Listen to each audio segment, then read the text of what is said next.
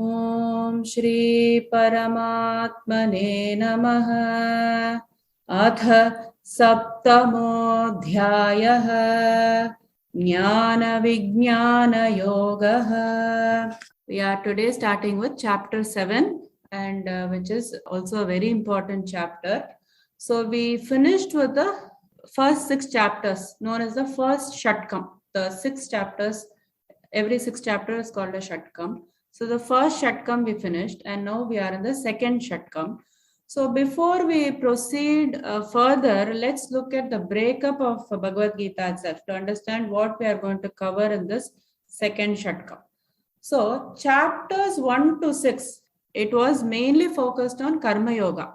If you remember, chapters 2 to 6 talked about Karma Yoga, skill in doing the work, Yogaha Karmasu Kaushalam. He talked about the skill in doing work, and Samatvam Yoga Uchyate, he said.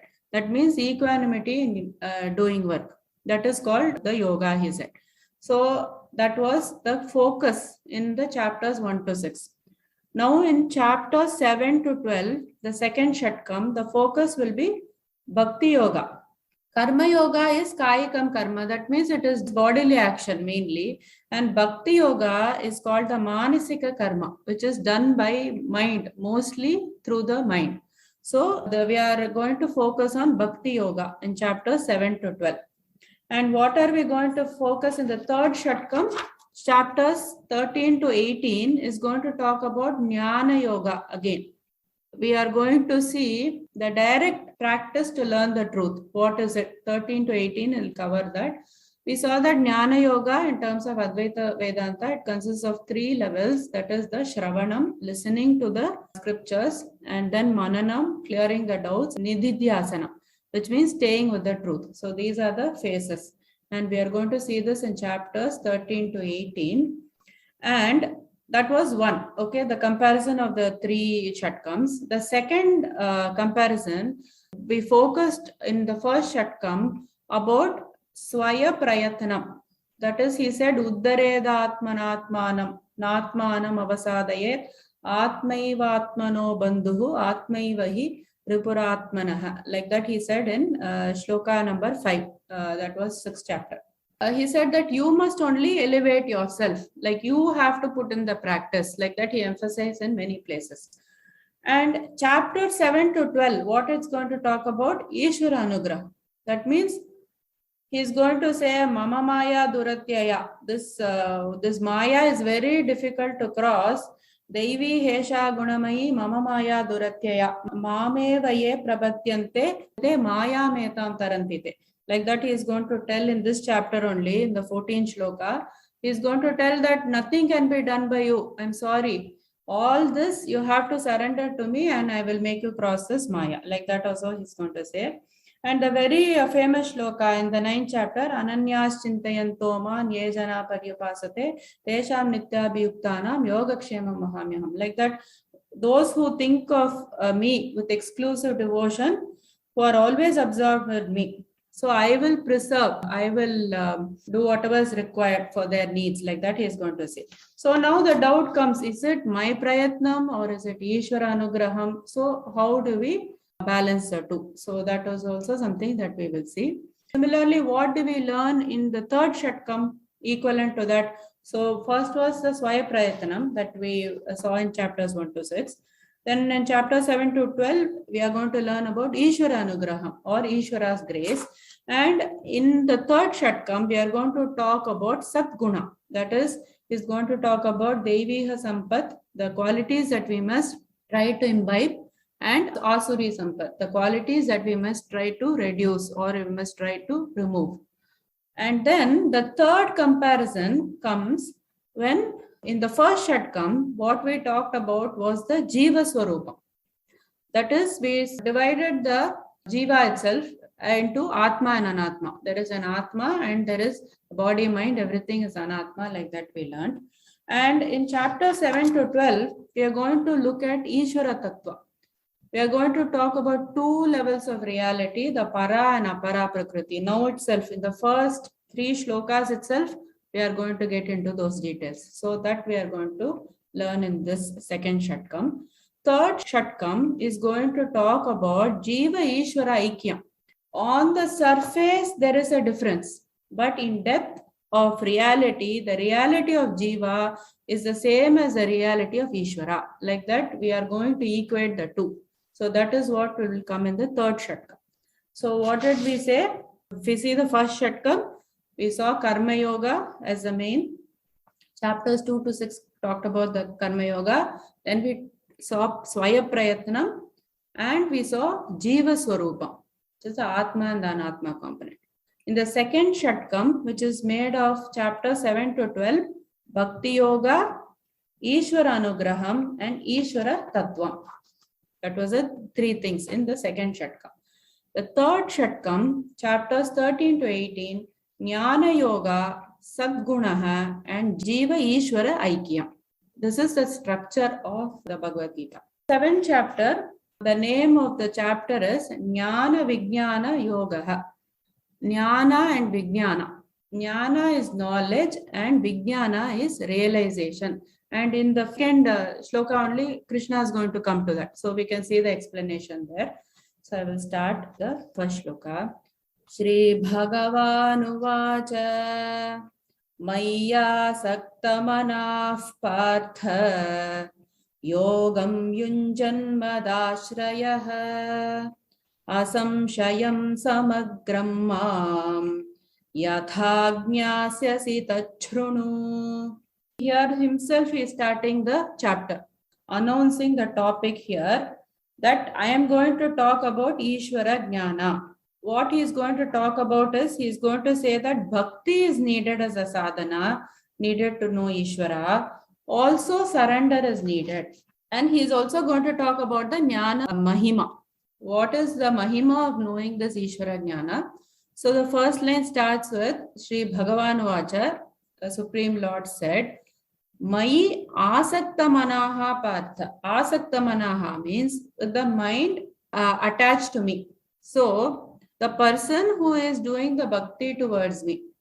Bhakti is what? Love towards a God. When we have a love towards an object, it's called desire. But when we have love towards God, it is called bhakti.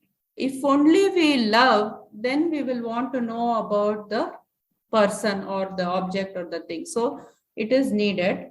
And after bhakti, then we will come to jnana. Bhakti will mature into jnana.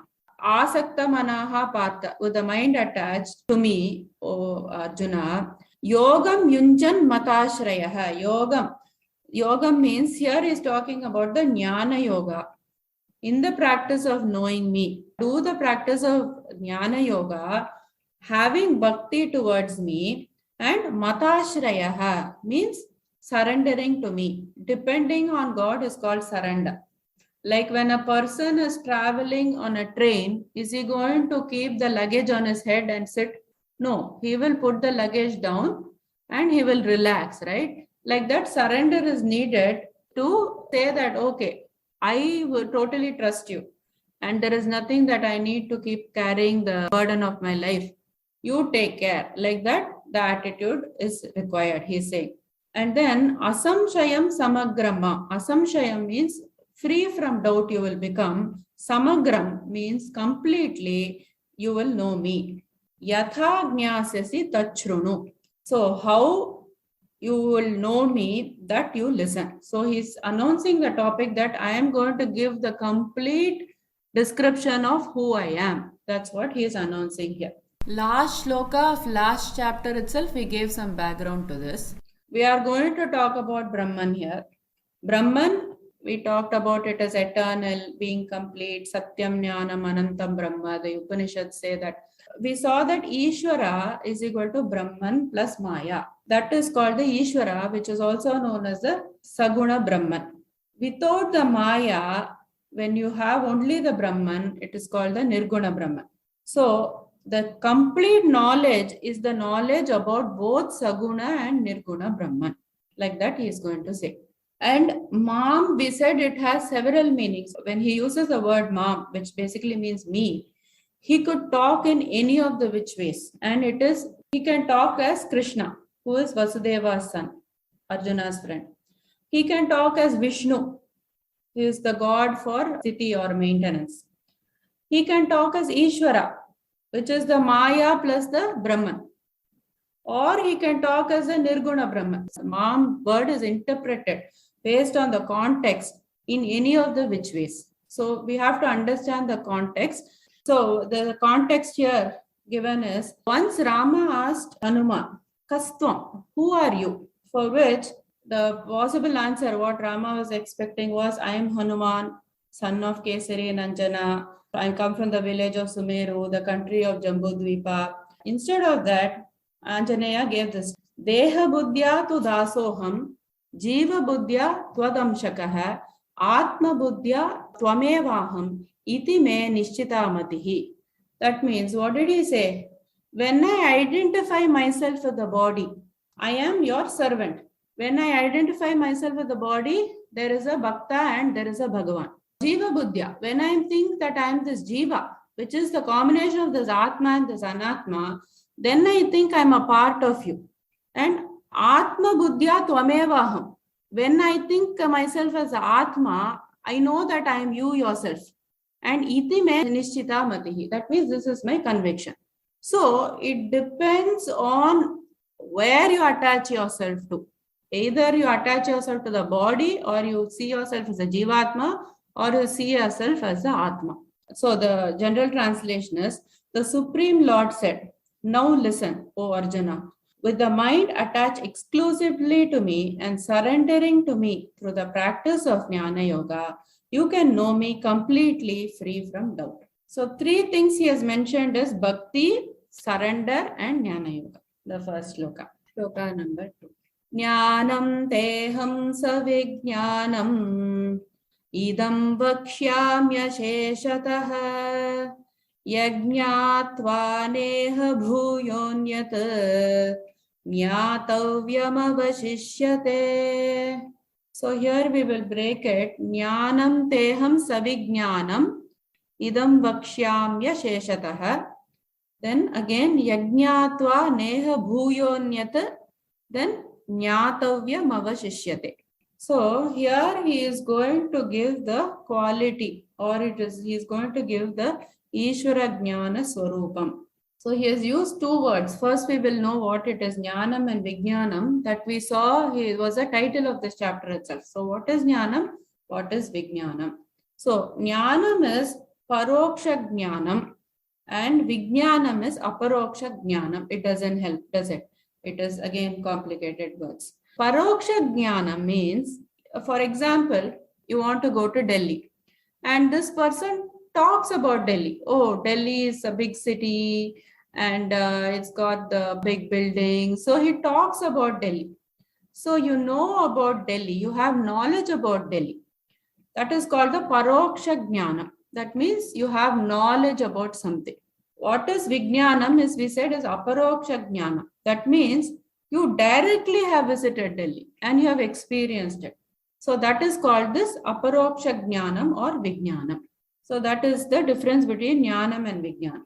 Then Jnanam is the knowledge about the Saguna Brahman, the Brahman plus Maya. And Vijnanam is the Nirguna Brahma Jnana and the experience of it. Jnanam is to know that Brahman Asti. It is there. There is something called Brahman. Vijnanam is Brahman Asmi. I am that Brahman. That realization is known as Vijnana. Shastra Jnana. What is referred to in the Shastras? That is Jnana. But Vijnanam is your experience doesn't differ from what the Shastras are telling. That if you know, that is called the Vijnana. Like for example, one person wanted to do the puja to Bhuma Devi. He was walking everywhere and was trying to find the Bhuma Devi. And he couldn't find Bhuma Devi. So he kept asking, where is Bhuma Devi? Where is Bhuma Devi? Then one person pointed out, what you are walking on is Bhuma Devi. Experiential knowledge is called the Vijnana. There is God. That is Jnana. There is nothing but God. That is Vijnana.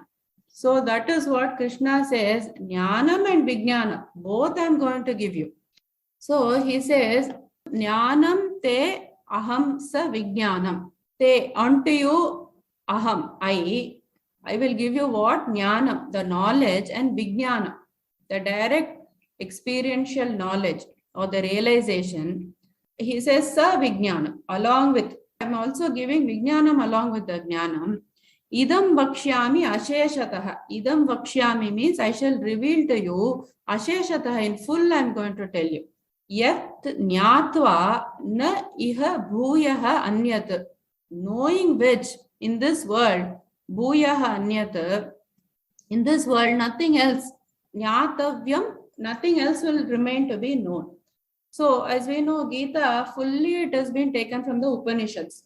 And a similar question was posed in Mundaka Upanishad, where they said, Shaunako havai mahashalo angirasam vidhivadupasannaf prapancha kasminnu bhagavo vijñāte sarvamidam vijñātam bhavati iti. Comes in Mundaka Upanishad. The context I will give you. Mundaka Upanishad, this question was raised by Shaunaka Muni. So he was referred to as Shaunaka Mahashalaha. That means what? He was a great Muni in a place called Naimisharanya. All the sages used to gather and they used to have like discussions. They used to read the epics and they used to read the Puranas, and several discussions used to happen. So the Shaunaka Muni was there and he used to perform like large kinds of yajnas. Like yajnashalas used to be very, very large, kilometers wide. So that's why he was called the Mahashala. And he posed this question to Angiras, Muni Angiras, who received the Brahma Vidya in succession. Like it is given that Brahma, the creator, he passed it to Atharvan, and then Agni, Bharadwaja, Satyavaha, Paravara, and then Angiras. So Angiras, the Brahma Vidya, which is the science of the Brahman, which is the origin, the support, and the foundation of every other learning, it was passed on like this in succession. So Angiras has the knowledge of the Brahma Vidya. So this question was posed to Angiras. Shaunaka vai Mahashalaha. The student here is Shaunaka, and Mahashala means great in every way. Angirasam vidhivadupasannaf prapancha. So this question was asked to Angirasa, and kasmin no bhagavo vijñāte. So he described him as Bhagavan, or the most virtuous, and asked him to tell about how he can know and have that wisdom. And sarvamidam vijñātam bhavati iti. So help me to know that by which I will know all, by which I will no longer be curious, and by which I will no longer be an extrovert. Like that the question was asked. So the same thing is being said here. Krishna is saying, once you know this, there is nothing else that needs to be known. Once you know the properties of clay, you will know about the pots also. Like that, once you know the truth of this Brahman, there is nothing else that needs to be known. General translation is, I shall now reveal unto you fully this knowledge and wisdom, knowing which nothing else remains to be known in this world. Shloka number 3. Manushyanam sahasreshu kaschid-yatati siddhaye yatatamapi siddhanam kaschinmam veti tattvataha. Talking about the Ishvara Jnana Mahima. So what he is saying is, very few people will go in this path. And even of the very few people going in this path, hardly one will know me in truth. Like that he said. Shloka number 29, chapter 2. Ascharyavat pashyati kaschidenam, ascharyavat vadati tathaiva chanyaha, ascharyavatchaina manyashrunoti, shrutvapenam vedana chaiva kaschit. Teaching is rare, the teacher is rare. Even people who are listening, they will not know it. Like that he said, it is very rare. They will not understand it. So similarly, he is saying that amongst the thousands of people, Manushyanam sahasreshu, of the thousands of men, kaschid yatati siddhaye, only somebody will strive for this perfection. Only few people, of the thousands of people, only few people will strive for this perfection. Yatatam-api siddhana, even in this very few that strive for perfection, kaschid mam veti tattvataha, only somebody will know me in truth. Like that he says. That is, very few people go in this path, and even when they go in this path, only very few people will know me. Like that he says. He is not doing this to discourage people, but he is telling this to say that lot of effort is needed. We know that there are the 4 purusharthas. Purushartha meaning the goals in life. The dharma, artha, kama, and the moksha. So the very few people will even have a dharmic kind of a life, follow the rules of the shastras. All people will go in the desires and acquiring things. That is the main purushartha many people will have. Dharma, and then very few people go in the path of moksha. And even when they go in the path of the moksha, very few people will realize. Like that he is saying. Amongst the thousands of persons, hardly one strives for perfection. And among those who are striving for attaining perfection, hardly one knows me in truth. Number 4. Bhumirapo nalo vayuhu kham mano buddhireva cha ahankara iti yamme bhinna prakritirashtadha. So he is going to talk about the para and the apara 2 prakritis. First, we will see this. We know that Ishvara is equal to Brahman plus Maya. So what are the similarities and differences between the Brahman and the Maya? The Brahman, we say it is Anadi. It has no beginning. The similar thing we say for Maya also. It has no beginning because it is just an appearance. So this is a similarity, but these two are totally different. And we say that Nirvikaraha for Brahman. Nirvikara means there is no change, and Savikara means there is change for Maya. Basically, it means there is no change for the Brahman and there is change for Maya. Third difference is Nirguna. The Brahman has no gunas, and the Maya has the 3 gunas, the Sattva, Rajas, and the Tamas. And Brahman we say is Swatantram, and it is the independent existence. The Maya we say is the Paratantram, and it is the dependent existence. And Brahman we say is Satyam, it is existence in all times. And Maya is Mithya, which is mere appearance. So these are the qualities differentiating, or one similar, which is the Anadi. Both Brahman and Maya are Anadi, which means beginningless. Then Nirvikaram for Brahman and Savikaram for Maya, which means Brahman is without change and Maya is with change. Nirgunam for Brahman and Sagunam for Maya, which means Brahman has no gunas, whereas Maya has gunas, the 3 gunas, the Sattvam, Rajas, and the Tamas. And Swatantram, independent existence for Brahman, and Paratantram, dependent existence for Maya. And Satyam, existence for Brahman, and Mithya, appearance for Maya. So now we are going to talk about the creation theory as per Advaita Vedanta. So Ishvara is made up of these 2 components, the Brahman and the Maya. Just like the Jiva is made up of this Atma and Anatma.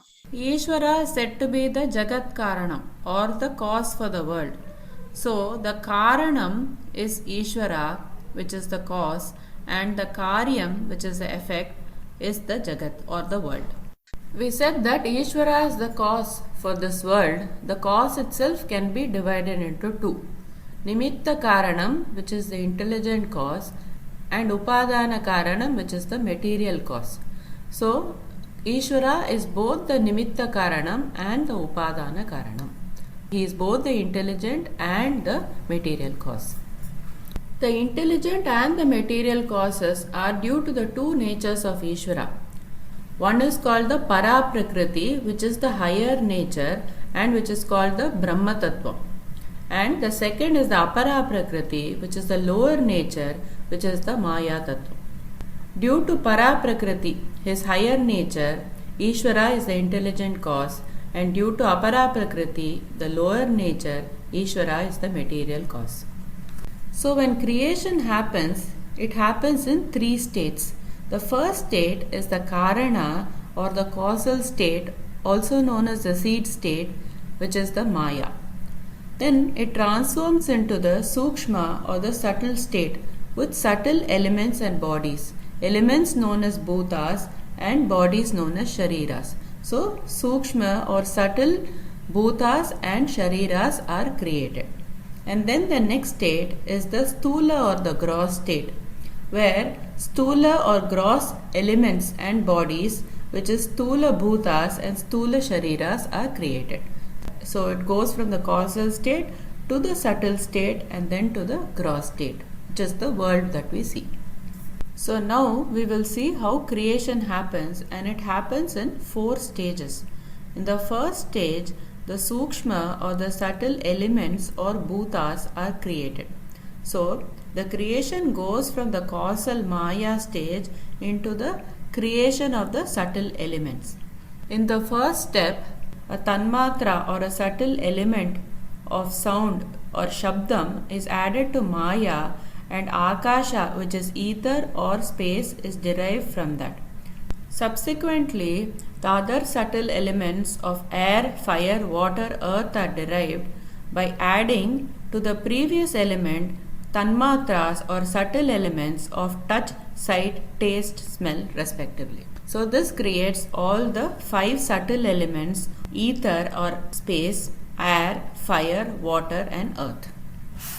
In the second step, the sukshma or the subtle elements that was created previously become sukshma or subtle bodies or shariras, which are jnanendriyas, which is the organs of knowledge, the karmendriyas, the organs of action, and the 5 pranas or the breaths, and antakarana, which is the inner instrument, which is the manas, buddhi, chitta, and ahankara. So therefore, the jnanendriyas, the 5 jnanendriyas, the jnanendriyas, which are the organs of sense perception of ears, skin, eyes, taste, smell, they are respectively created from the sattva of ether, air, fire, water, and earth respectively. So the 5 jnanendriyas are thus created from the sattva guna of each of these 5 subtle elements. Then from the sattva guna of all the elements put together, that of the ether, air, fire, water, and earth, the 4 antakaranas or the inner instruments are created. The inner instruments are the manas, the mind, the buddhi, the intelligence faculty, the ahankara or the ego, and the chitta, which is the cause for memory and recordings. These are created from the sattva guna of all the 5 sukshma or subtle elements. Then from the rajas guna of all the 5 subtle elements of ether, air, fire, water, earth, the karmendriyas or the organs of action of speech, hand movement, locomotion, organ of excretion, organ of generation are created respectively. From the rajas of all the subtle elements put together of ether, air, fire, water, and earth, the 5 pranas or the 5 breaths are created. Therefore, from the rajas of each of the elements, the 5 karmendriyas come about respectively, and collectively from the rajas of all the subtle elements put together, the 5 pranas come about. So what we have seen so far is that the stage 1, the subtle elements were created. In stage 2, the subtle elements transformed into subtle bodies of jnanendriyas, karmendriyas, pranas, and the antakaranas. Now we will see stage 3. In stage 3 is when the sukshma or the subtle elements are converted into the stula or the gross elements. So this happens in a process called panchikaranam. So now the sattva and the rajas components have been used up and only tamas is left. So this tamas, in a process called panchikaranam, the tamas of all the subtle elements are converted into the gross elements. If you want to create the stula akasha, which is the gross ether or the space, 50% tamas of sukshma or subtle akasha is taken, and it is combined with 12.5% of each of the rest of the subtle elements. So the 5 gross elements that are formed are a combination of all the subtle elements. In stage 3, we have seen that the subtle elements have been converted into gross elements.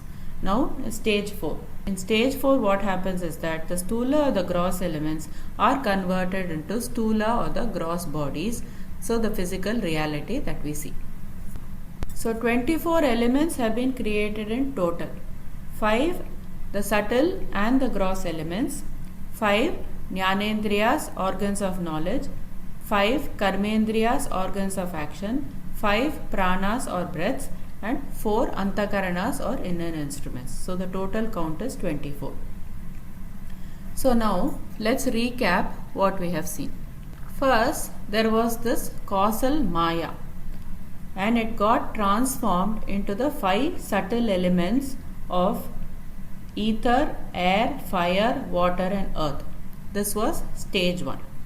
And then the subtle elements got transformed into subtle bodies of Jnanendriyas, the organs of knowledge, Karmendriyas, the organs of action, Pranas, which was the breath, and Antakarana, the inner instruments. So Jnanendriyas were created when the sattva of each of the subtle elements was taken, and it was used to create the ears, skin, eyes, taste, smell, perceptions of the Jnanendriyas.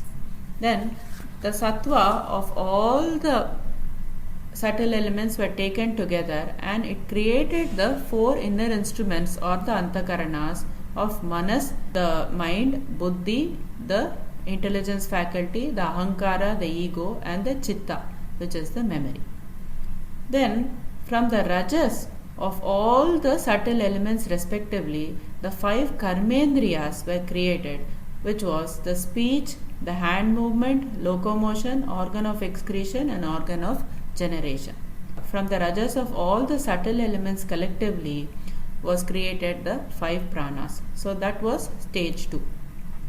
In stage 3 what happened was all the subtle elements converted into gross elements, which was the process of Panchikaranam, and to create a gross element 50% of that particular element was taken and it was combined with 12.5 tamas of the rest of the other elements. The subtle elements have been combined in the proportions mentioned, and this creates the gross elements. The gross elements of space, air, fire, water and earth were created. So that was stage 3.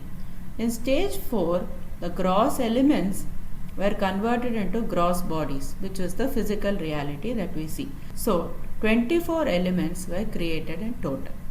Now we are going to look at the theory of creation as per Sankhya philosophy. Sankhya is one of the oldest philosophies, and it systematically gave the theory of creation of the universe. So first, 2 entities are being talked about, the Purusha and the Prakriti. The Purusha is basically consciousness, and it is formless, colorless, and it is a passive witness to the creation. And Prakriti, which is energy, is a creative energy of the Purusha. It has a form, color, and its attributes are in the field of action. So in stage 1, the absolute unmanifested state or Avyakta, there exists the Purusha of pure consciousness and its creative energy Prakriti. And in stage 2, the Prakriti transforms into Mahat, which is basically the universal intelligence, and it stores a blueprint for all manifestations, and it has the qualities of Sattva, Rajas and Tamas. In the 3rd stage, the Mahat gives rise to Ahankara. Ahankara is the I-ness or the feeling of the self that is created. It can also be called the ego, and again the Sattva, Rajas and the Tamas are inherent in the Ahankara. And then the spark known as a Prana, which underlies all manifestations, is infused. And then in stage 4, when Rajas acts upon Sattva, 11 Indriyas are created. The 5 Jnanendriyas, which are the organs of the knowledge of ears, skin, eyes, taste and smell, and the 5 Karmendriyas, which are the organs of action for speech, hand movement, locomotion, organ of excretion, organ of generation, plus 1 Manas or the mind is created.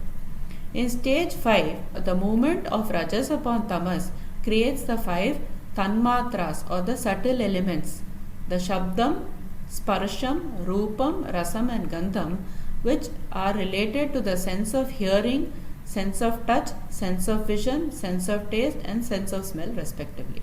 In stage 6, the creation of the subtle elements happens with the use of the previously created tanmatras. So the subtle elements created are that of ether, air, fire, water and earth. And then in stage 6, gross elements are created. The gross elements of space, air, fire, water and earth. So the total count comes to 25, including the Purusha. One Purusha, which is the consciousness, plus one Prakriti, the initial Prakriti or the energy, plus one Mahat, which is the universal intelligence, plus one Ahamkara, which is the I-ness, plus 5 Jnanendriyas, which are the organs of knowledge, and 5 Karmendriyas, which are the organs of action, plus one Manas, mind, plus 5 subtle elements or the Sukshma Bhutas, plus 5 gross elements or the Stula Bhutas. Total of 25, including Purusha. Now let's get into the shloka. Shloka number 4. Bhumirapo nalo vayuhu kham mano buddhireva cha ahankara iti yamme bhinna prakrutirashtadha. He's talking about all the subtle elements. Bhumihi, earth, apaha, water, analaha, fire, vayuhu, air, kham is a space. And then he talks about 3 more entities, which is the manaha, buddhihi and the ahankaraha. Manaha is actually thought and it stands for its cause, ahamkara or egoism that we saw in Sankhya. Buddhi is reason and it stands for the Mahat principle or the universal intelligence that we saw in Sankhya. And Ahankara itself stands for Avyakta or the unmanifested Prakriti. So here the meanings for the words Manas, Buddhi and Ahankara are taken on a macroscopic level and not on an individual level. And the meanings have been taken from the higher stages of the evolution of the universe from the Sankhya philosophy. So then he goes on to say, Iti iyam me bhinna prakriti ashtada. So he says, thus iyam, all these, my bhinna, divisions, prakriti of material energy, ashtada. Ashtadha meaning eightfold. So these are the eightfold divisions of my prakriti and this is the apara prakriti. So the general translation is earth, water, fire, air, ether, manas, buddhi, ahankara. Thus is my prakriti divided eightfold. And these are the 8 components of my material energy. Shloka number 5. Apareyamitastvanyam prakritim vidhi me param jiva bhutam mahabaho yayedam dharyate jagat. So here he says that apara, that is the inferior, iyam, itaha to anya. So other than this inferior apara prakriti that I talk about, vidhi me param, know that there is something superior to this. That is the para prakriti. Jiva bhutam mahabaho, the jivas that come into life, O Arjuna, yaye idam dharyate jagat. So yaya, by whom, idam, this dharyate, the base is jagat, the material world. So basically I have 2 prakritis. The apara prakriti, which was mentioned in the previous shloka, which had the 5 subtle elements, earth, water, fire, air and ether or space, and manaha, buddhihi and ahankara. He says that now there is another nature of mind beyond this apara prakriti, which is the para prakriti, and this actually is the basis of this world. So the general translation is, this is the inferior prakriti, but as distinct from this, know my superior prakriti, the very life, O mighty Arjuna, by which this universe is upheld.